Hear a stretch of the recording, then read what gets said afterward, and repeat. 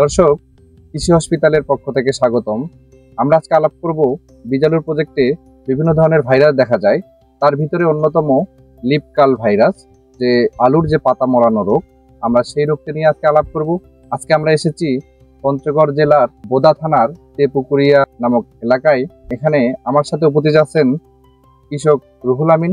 আমরা ওনার জমিতেই আজকে ঘোরাফেরা করে এই ভাইরাস রোগের যে আক্রমণ হয়েছে সেটি আমরা বুঝতে পেরেছি।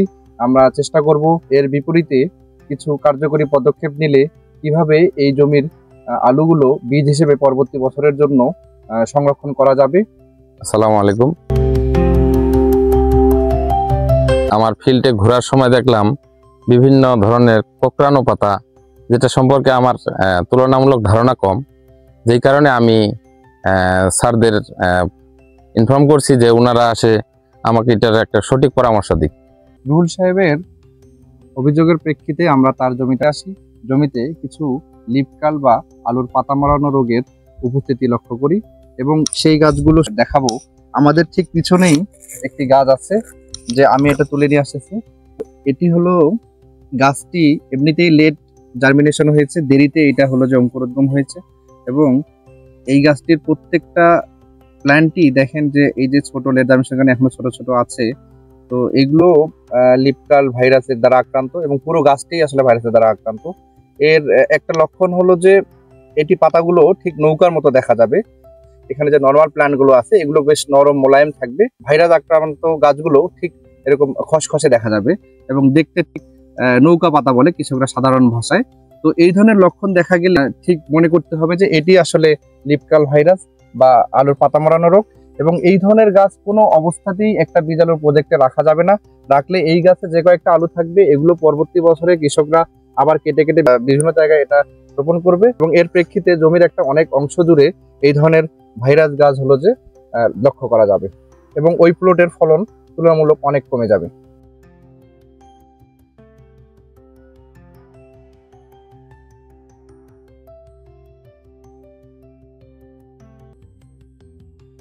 ফলন থাকবে না, দুইটি একটি বা তিনটি চারটি আলু থাকবে, থাকলেও বিভিন্ন ধরনের সাইজ থাকবে। দেখেন এটি কিন্তু অ্যাস্টেরিক আলু, এটি অ্যাস্টেরিক সাইজ আসলে নেই এবং ডিফর্ম সাইজ হয়ে গেছে, আসলে কোনো আলুর সাইজের মতোই না। তো এরকম একটা গাছ আছে, এখানে আরেকটি গাছ আছে, এই যে এখানে একটি গাছ আছে। এটিও ঠিক হলো যে লেট জার্মিনেশনের কারণে হয়েছে এবং শুরু থেকেই এই গাছটি এরকম ভাইরাস আক্রান্ত ছিল এবং আস্তে আস্তে যত গাছের হলো যে কাণ্ডগুলো লম্বা হবে কিন্তু পাতাগুলো কখনোই নর্মাল পাতার মতো এরকম ছেড়ে দিবে না, এরকম চ্যাপ্টা হয়ে উঠবে না এবং সবগুলো পাতায় এরকম কোঁকড়ানো থাকবে। তুলেন। সবচেয়ে লক্ষণীয় ব্যাপার হলো যে আলুর ফলন হবে না, এই গাছগুলো শেষ পর্যন্ত টিকে থাকবে কিন্তু আলুতে হলো যে পরিমাণ ইল্ড আসার কথা সেই ইল্ডটা আমরা পাবো না। তো এই ধরনের গাছ খুব বেশি নাই যদিও প্লটে। তো রোগিং এর মাধ্যমে অবশ্যই এই আলুগুলোকে তুলে ফেলতে হবে।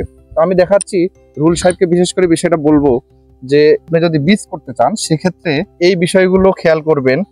আলুতে যে আপনারা দেখতে পাচ্ছেন এই ধরনের আলু রোগিং এর সময় যদি আপনি দেখতে পান তাহলে ওই ধরনের গাছগুলো তুলে ফেলতে হবে এবং গাছের যে নৌকার মতো পাতা এবং লেট জার্মিনেশন যেগুলো সময়ের চেয়ে 15 থেকে 20 দিন পরে গজাবে সেই গাছগুলো অবশ্যই তুলে ফেলতে হবে। ধরে নিতে হবে এই গাছগুলো ভাইরাস আক্রান্ত ছিল, যার কারণে গাছগুলো হলো যে দেরিতে গজাইছে।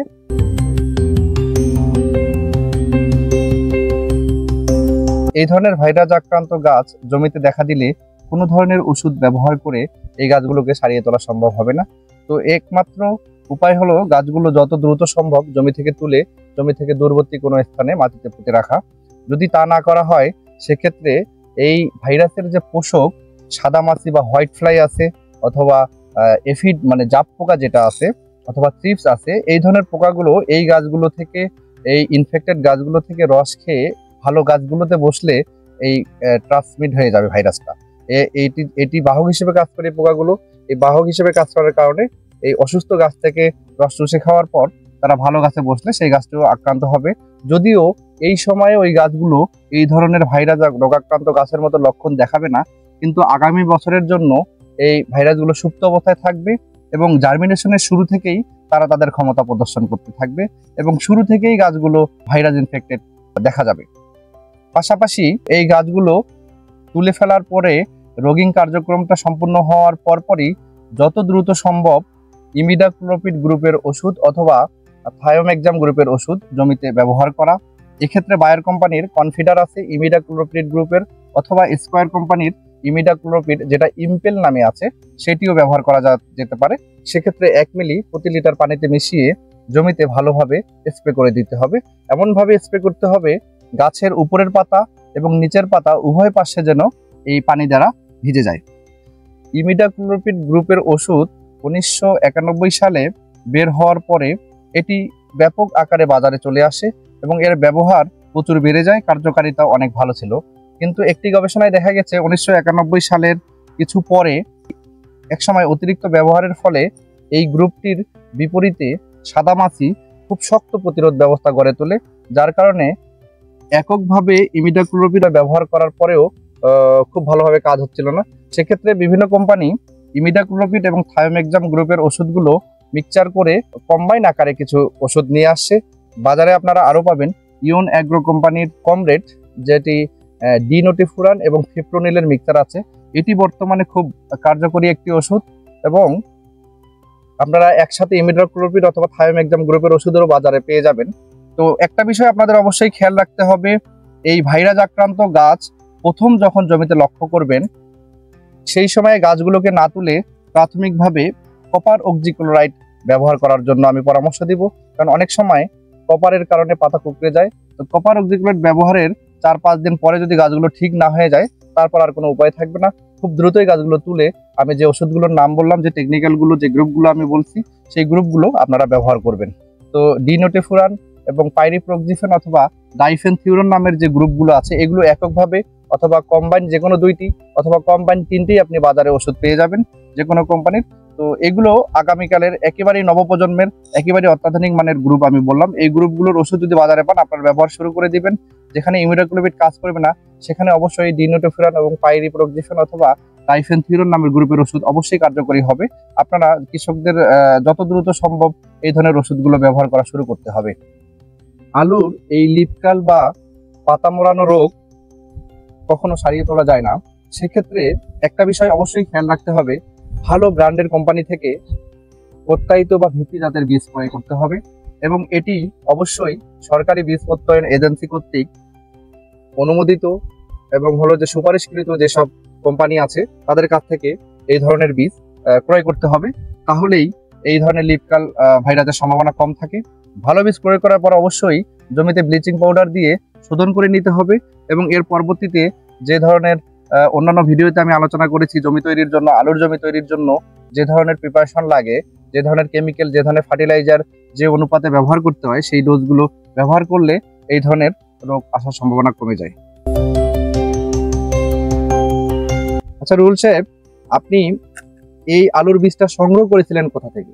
আমি মূলত এই বীজটা মার্কেট থেকে সংগ্রহ করছি, আমি কোনো অফিসিয়াল ভাবে সংগ্রহ করি নাই, এটা লোকাল মার্কেট থেকে কৃষকের কাছ থেকে সংগ্রহ করছি। আচ্ছা আচ্ছা, তো আমি যে বিষয়টা আপনাকে পরামর্শ দিব, আপনি বাজারের যে কোনোখান থেকে বীজ সংগ্রহ করতে পারেন, তবে বীজ সংগ্রহের পূর্বে আপনি দেখে নেবেন যে এটি প্রত্যায়িত বা ভিত্তি বীজ কিনা। যদি ভিত্তি বীজ হয় তাহলে বীজ প্রত্যয়ন অফিসের যে সাদা ট্যাগ আছে সেটি দেখে নেবেন, আর যদি প্রত্যায়িত বীজ হয় তাহলে ব্লু কালারের যে নীল ট্যাগ আছে সেটি দেখে নেবেন। তাহলে মোটামুটি নিশ্চিত হওয়া যাবে এই বীজগুলো বীজ প্রত্যয়ন এজেন্সি কর্তৃক স্বীকৃত, অনুমোদিত এবং ভাইরাসের উপস্থিতি কম থাকবে। এর ফলে আপনি ভবিষ্যতে আলুর ফসল করতে গেলে অনেক বেশি ক্ষতির মুখে পড়বেন না। বীজ করার ক্ষেত্রে আপনাকে মাথায় রাখতে হবে 25 থেকে 30 দিন বা 35 দিন থেকে প্রথম স্প্রে যখন শুরু করবেন সেই সময় থেকেই এই জাপ পোকা বা সাদামাছি বা থ্রিপস যে কোনো ধরনের পোকা আক্রমণের ফলে, যেহেতু এগুলো বাহক পোকা, এই ধরনের বাহক পোকা ভাইরাসের বাহক হিসেবে কাজ করে, তো প্রথম থেকেই যদি আপনি প্রত্যেক ছত্রাকনাশকের সাথে একটি করে ইমিডাক্লোপিড অথবা থায়োমেক্সাম অথবা ফিপ্রোনিল গ্রুপের যে কোনো ওষুধে স্প্রে করেন তাহলে এই ধরনের বাহক পোকা জমিতে আসবে না এবং অত্যন্ত নিশ্চিত হওয়া যাবে যে আপনার জমিটি পরবর্তী বছরের জন্য বীজ করার জন্য উপযোগী হবে। এই স্প্রে প্রক্রিয়া আপনার প্রতি 7 দিন অন্তর অন্তর অবশ্যই ঠিক রাখতে হবে এবং যতদিন হামপুলিং হয়নি অর্থাৎ 80 দিন বয়স হয়নি ততদিন পর্যন্ত আপনি জমিতে কোনো ধরনের জাপ পোকা, সাদামাছি এবং চিপসের উপস্থিতি যেন থাকতে না পারে আপনি এই ধরনের স্প্রে চালিয়ে যাবেন। তাহলে এই জমি থেকে বীজ রাখা যাবে, আপনি নিজে ব্যবহার করতে পারবেন এবং আপনার পাশাপাশি কৃষকদেরও দিতে পারবেন। এতে ভালো বীজ পেলে কৃষি অর্থনীতি আশা করি অনেক পরিবর্তন আসবে। তো ধন্যবাদ রুবেল সাহেব আপনাকে। আপনার মাধ্যমে আমাদের আজকে একটি বিষয় নিয়ে বিস্তারিত আলোচনা করার সুযোগ হলো। এর পরবর্তীতে আশা করি আপনি আরো কোনো বিষয়ে আমাদের কাছে সহযোগিতা চাইলে আমরা আপনাকে সহযোগিতা করতে পারবো। থ্যাংক ইউ স্যার, আপনাকেও। দর্শক, আজকে এ পর্যন্তই। আপনারা ভালো থাকবেন, কৃষির সাথেই থাকবেন, কৃষি হসপিটালের সাথেই থাকবেন।